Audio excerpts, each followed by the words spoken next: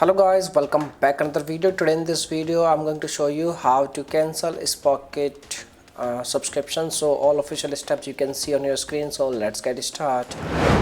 Method 1. Cancel Spocket subscription via online.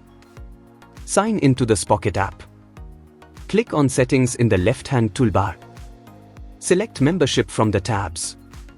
Click the cancel link and type in your password.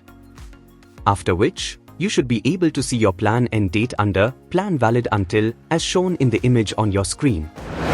Please note that you need to have had set up your account password in the Account tab to proceed.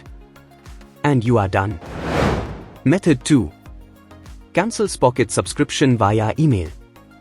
If you are facing issues while cancelling via website, then you can simply cancel your subscription by reaching out to the Spocket customer support team, and you can reach them by using their email address. Compose a mail explaining that you want to cancel your Spocket subscription.